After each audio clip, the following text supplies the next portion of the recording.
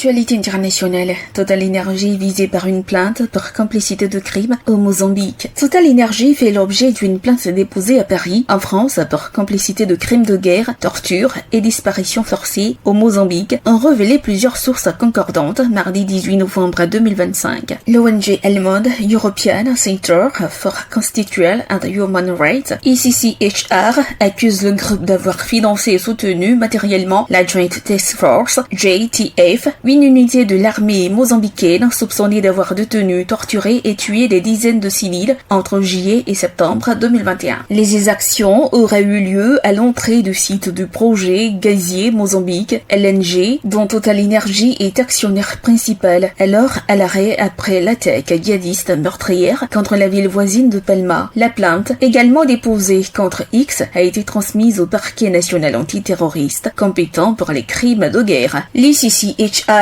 estime que l'entreprise ne pouvait ignorer les abus imputés à la JTF, rappelant que Total Energy mentionnait elle-même des accusations de violation des droits humains dans des documents internes destinés à des financeurs publics. Cette action intervient après des révélations du média américain Politico, puis de sources matérielles et Le Monde que le groupe conteste. Elle survient alors que Total Energy affirme vouloir relancer le projet Mozambique LNG, évalué à 20 milliards de dollars, pour une mise en production en 2029, sous réserve d'un nouvel accord avec le gouvernement mozambicain sur une compensation liée à un surcoût de 4,5 milliards provoqué par les retards. Après l'attaque de 2021, l'entreprise avait invoqué la force majeure et confié la sécurité du site à la JTF, créée en 2020. Selon Politico, lors de la reconquête de Palma, des soldats affectés au site auraient enfermé jusqu'à 250 hommes dans des conteneurs pendant 3 mois, ne laissant que 26 survivants des faits dont Total Energy affirme n'avoir jamais eu connaissance. Le Monde et sources matérielles ont toutefois révélé que des alertes sur des violences commises par la JTF avaient été transmises dès avril 2021 à un financeur public italien. Malgré ces avertissements, l'ONG affirme que le groupe a continué de fournir logement, nourriture, matériel et primes aux soldats, bien que ces avantages fussent théoriquement conditionnés au respect des droits humains. De nouveaux documents obtenus aux Pays-Bas montrent en outre que des inquiétudes étaient déjà partagées en mai 2020 entre autorités néerlandaises, Total Energy et un prestataire de sécurité. Ces révélations ont conduit à l'ouverture d'enquêtes au Mozambique menée par le procureur général, la Commission nationale des droits humains et des agences de crédit à l'exportation. En France, le groupe